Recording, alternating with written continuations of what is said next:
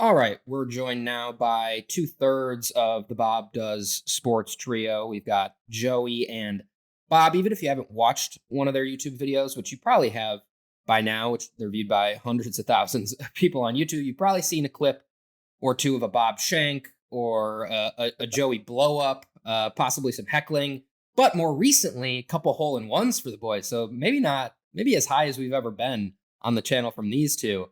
And we wanted to bring him on, talk a little bit about the Creator Classic, but also just about the rise of YouTube golf and where their channel's at right now. Guys, welcome to the show. Thanks for coming on. Thanks for having us here, Paul. Yeah, probably the last two people the golf world would have ever expected to be sitting here with hole in ones, but that's just how the game goes sometimes. What you give into the game, you get back, right? Not that we need to establish the bona fides, but just to give some street cred to the boys before we start this. More than 800,000 subscribers on YouTube. Instagram, the main account's got over 700,000 followers. Bob, you're up over 1 million. I saw today. I don't know when you crossed that threshold. But that's a big one. Joey, we're coming along. 350K, not too Yeah. shabby from you either. And then more than 100 million across all the channels on TikTok in the last few months. Videos with Minwoo Lee, Max Homa, Xander Schauffele, John Rahm, Josh Allen. So, we're kind of a big deal in the YouTube scene here, but wasn't always like that.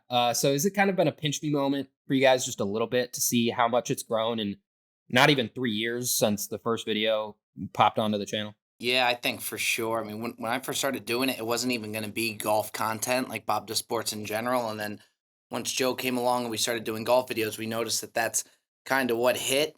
So we just kept doing it. But yeah, I mean, definitely, it really still hasn't hit us yet. And I hope it never really comes to a time where it ever does. I don't see it happening anytime soon. It's just pretty bizarre, even when you meet fans, out on golf courses and wherever it is and just the impact that it has. It kind of hit the perfect storm, like with YouTube golf, with how big that it's getting. And I never realized that people would want to see bad golf shots the way that they do, but it's just kind of played. But yeah, not a day goes by where this has been normal in any sense. And we've always kind of felt like we're just winging it, and we still do. And I kind of like that. But yeah, it's been incredible.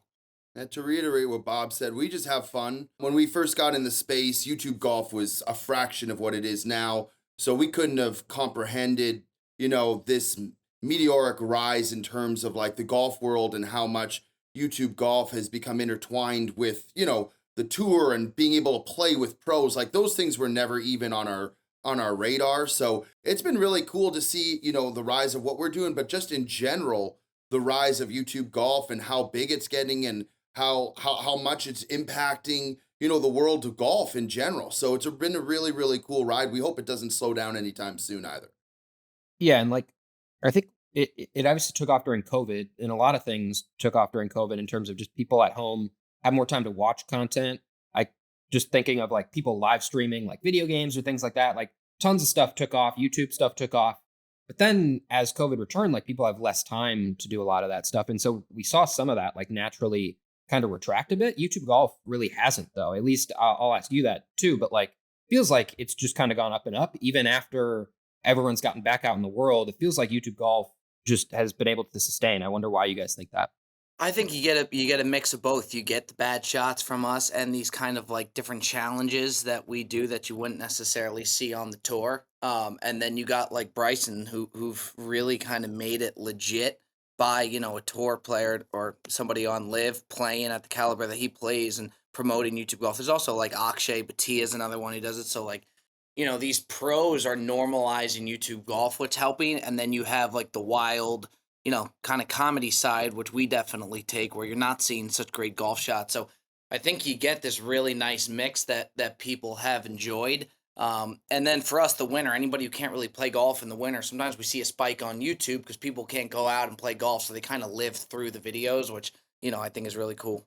It's kind of made golf fun. I think for a long time, when I was growing up, golf was, perceived by a certain demographic of people. And I think the game has grown tremendously. And now you have channels like ours that, you can watch if you're not necessarily a golf enthusiast or a golf aficionado. You could just click on one of our videos and watch. And it's a lot of fun. It's a lot of humor, a lot of comedy. It's not necessarily just strictly focused on the golf. But you got these different personalities now on YouTube who people become, so intertwined with the Grant Horvats of the world, us, Good Goods, all these guys. And like they become almost like you get like a fan base who wants to see these guys go throughout their normal progressions on these golf trips and stuff.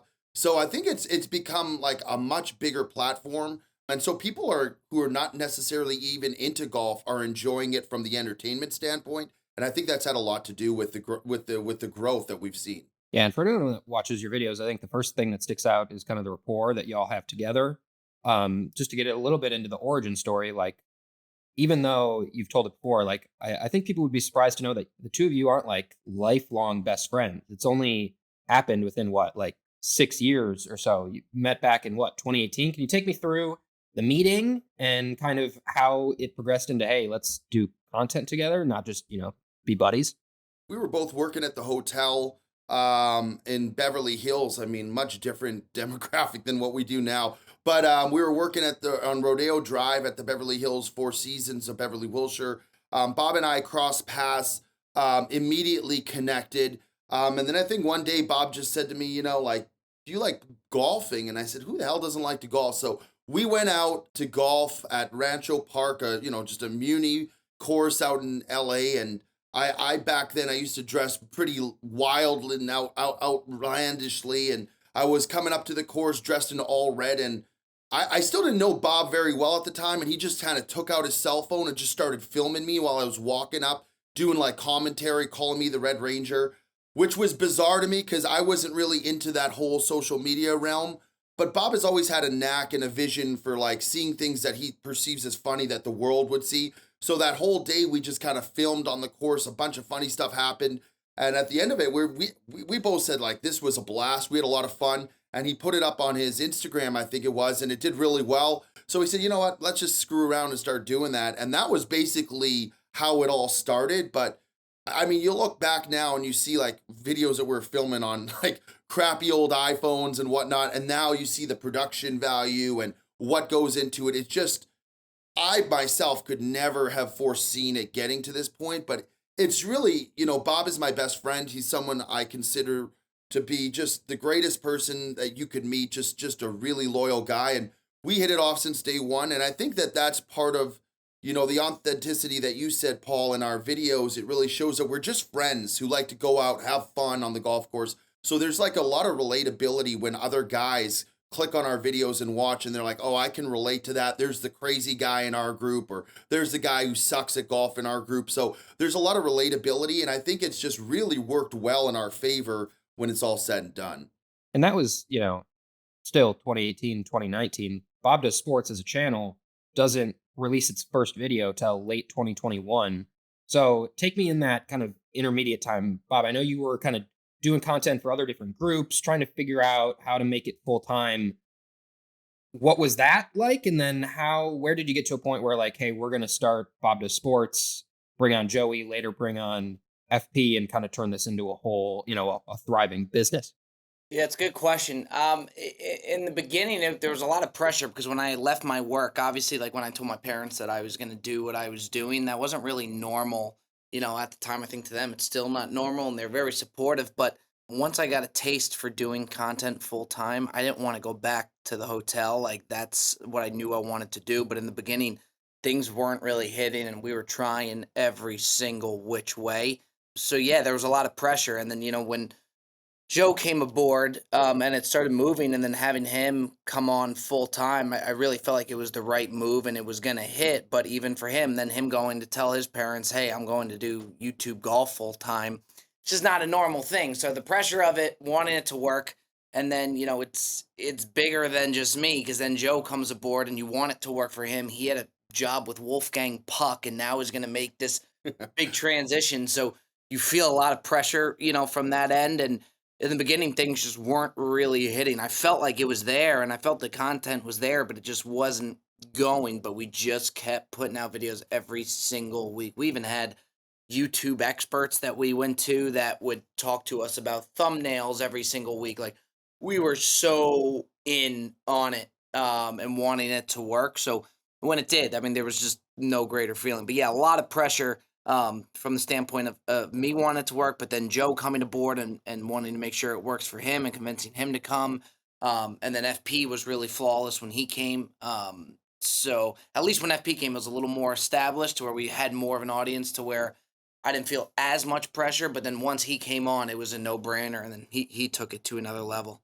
And when I talked to Pat Perez, he was saying kind of the same thing as Joey. Like, I wasn't like into content. Bob, you seem to kind of have been the catalyst for that. Like, where did that come from? Was that just like always something growing up? You were taking videos, posting stuff. It happened organically, or where do you attribute that bug like starting coming from? Yeah, even like even when Vine was around, I was Yeah. constantly like, even with my friends, and they didn't really understand it in high school. Like I just always had a camera running, and they didn't necessarily understand why there was a camera rolling.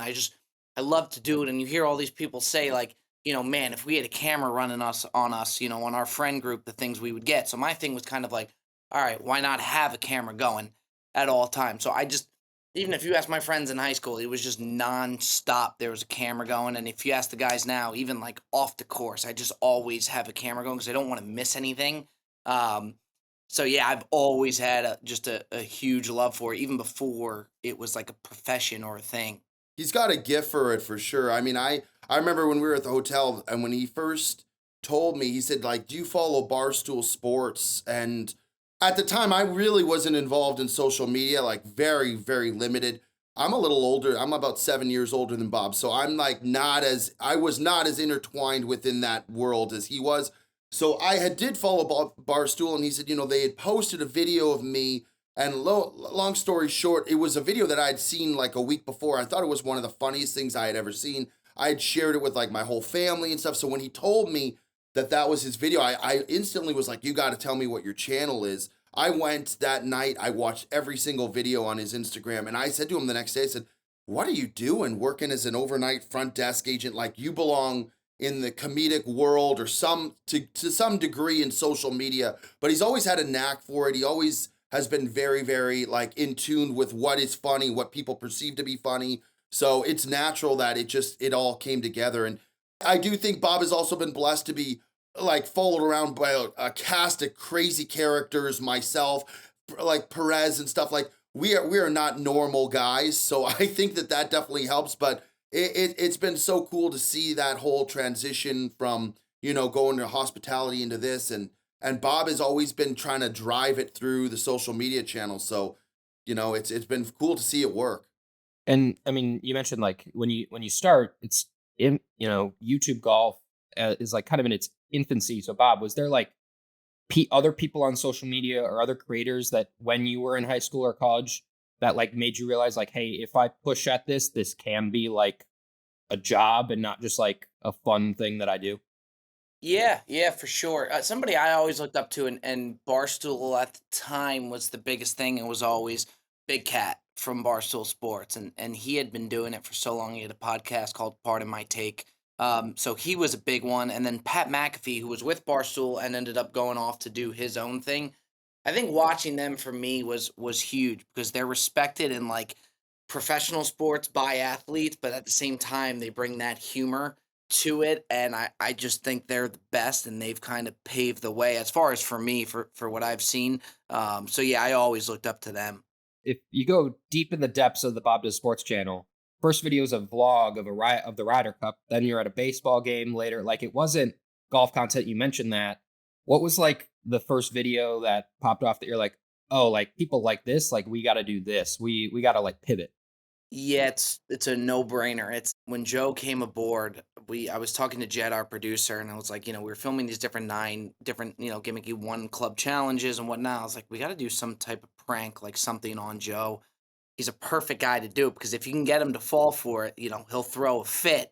So we told him that he always wanted to go to Torrey Pines, like because we lived in LA at the time. So he's like, it's not bad. Anybody can play Torrey Pines.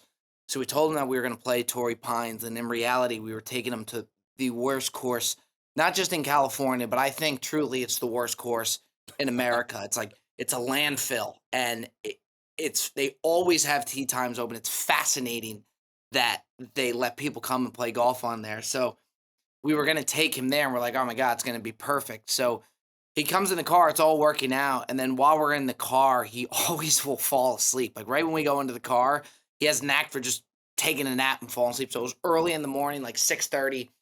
We take him to this course, and halfway there, he just knocks out, and we're like, "Oh god, like, this is perfect." So he doesn't really wake up till we pull in the lot to this place, and then he realizes we're not at Torrey Pines, and it was just beautiful because he threw a fit. Like, he was legitimately mad to where, like, I felt bad, but in the back of my head, I'm like, "This is gonna be the greatest video," and then when it came out, we had never seen numbers like that, like, where it just kept climbing and climbing and climbing. It's always like that one video you're going for that you just see it going and going, and so that for sure was it.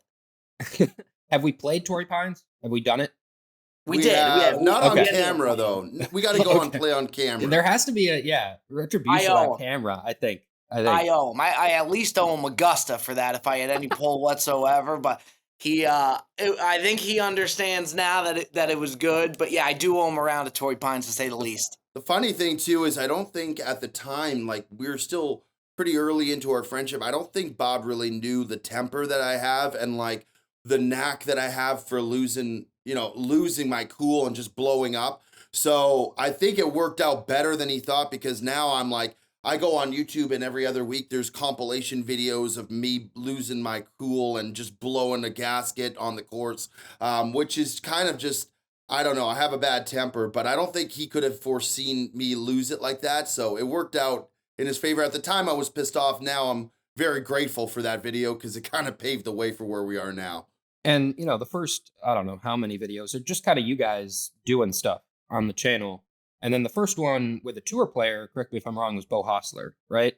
That was the first time that it was like, we have a pro tour player playing with us. Was he the first one that like reached out to you guys? Or when was the first time that like a tour player reached out to you guys, or you figured out that like, hey, like he likes our content or like he's engaging with it? And do you remember what that felt like?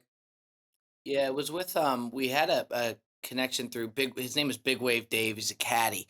That's what we call him. So he was the first person when I used to go do these heckling videos who like recognized me, and he pretty much told me that on the practice range and everything that these guys talk about the videos and they really enjoy the videos. He was caddying for Sam Ryder at the time, switched over to Bo Hostler, and we were gonna ride with whoever he was caddying for. So through Big Wave Dave, we had a connection then with Bo Hostler, and then that led to other players. But I remember him telling me how much the different players enjoyed it. And sometimes, they would acknowledge me and see me on the course, but hearing it from Big Wave was huge. And then when we had Bo on, that hit so well to where we really realized that if we could get any of these players on, how big it would do. And then what's cool, I think, to see, even like when we played with Keegan Bradley, he didn't know how people were going to react. And I don't think he knew just how positive our fan base is. I think so many fan bases out there, the internet could be a very hostile place. And with Bob the Sports videos, for the most part, it's very, very positive. So then like Keegan Bradley came on, and I remember he called me after it released, and he couldn't believe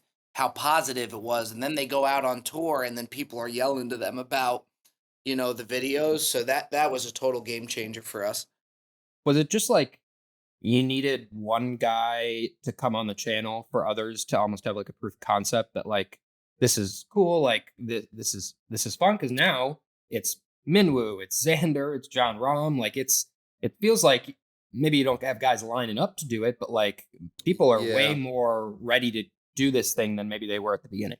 I think it kind of normalized it a little bit. I think you're trying to penetrate into a different world, right? And once they see that like you're filming with someone else within that realm, and that it's good, it's not going to defame them at all, or put a taint on what they're doing, that it's done in good intentions and good fun. I think that more and more guys start to realize that and be more open to it.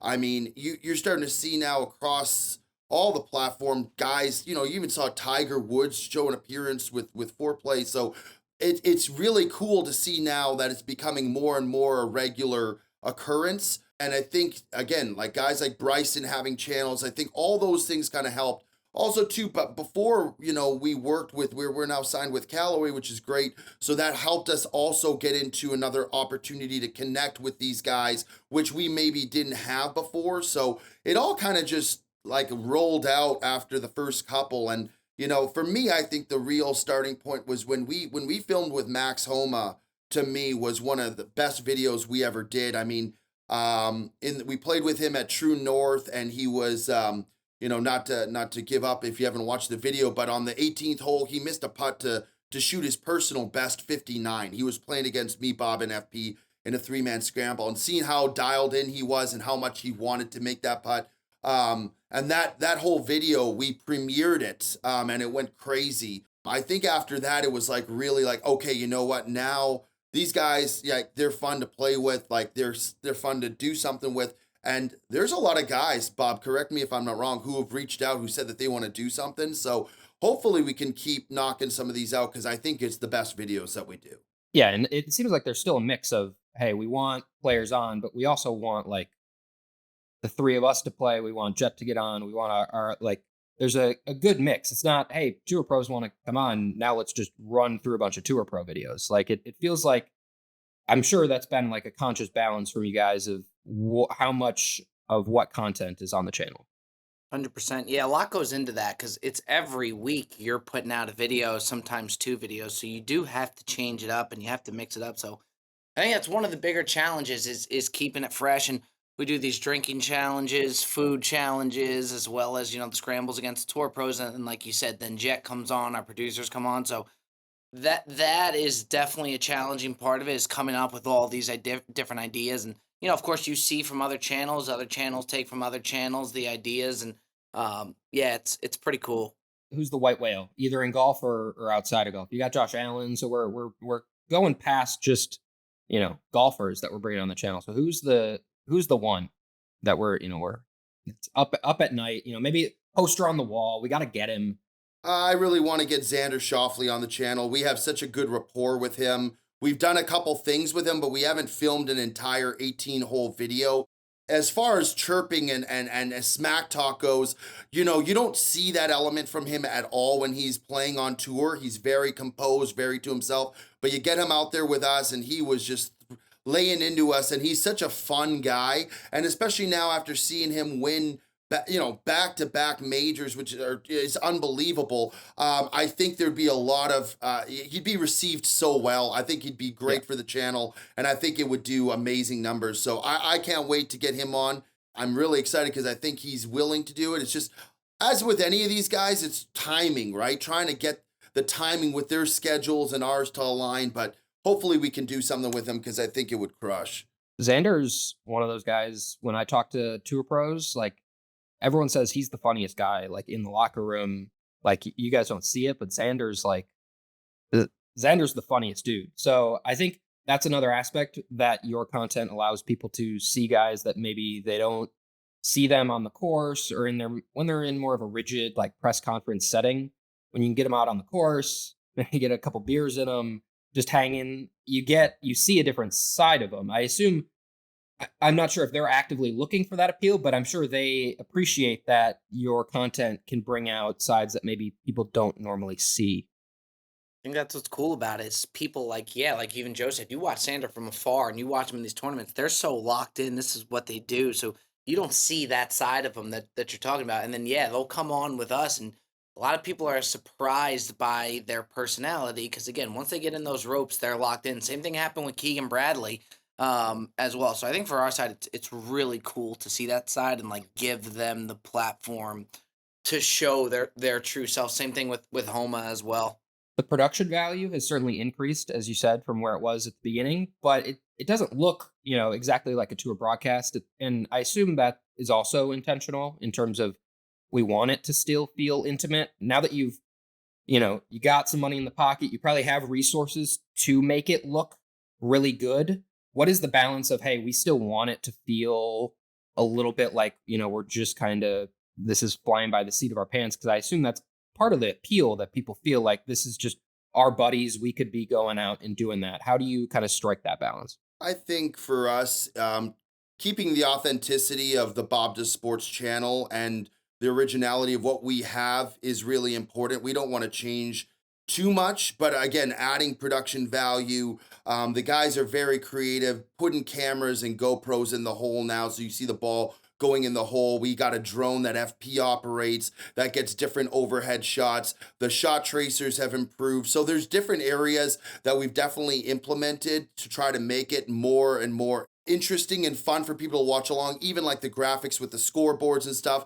But again, I think there's an aspect to the channel where if you go too far the other way, it kind of might eliminate the originality that we have of what people watch us for in terms of our channel. So yeah, it's a really fine line. We're very lucky that we have a couple of the greatest producers that we could ask for who happen to be great friends of ours.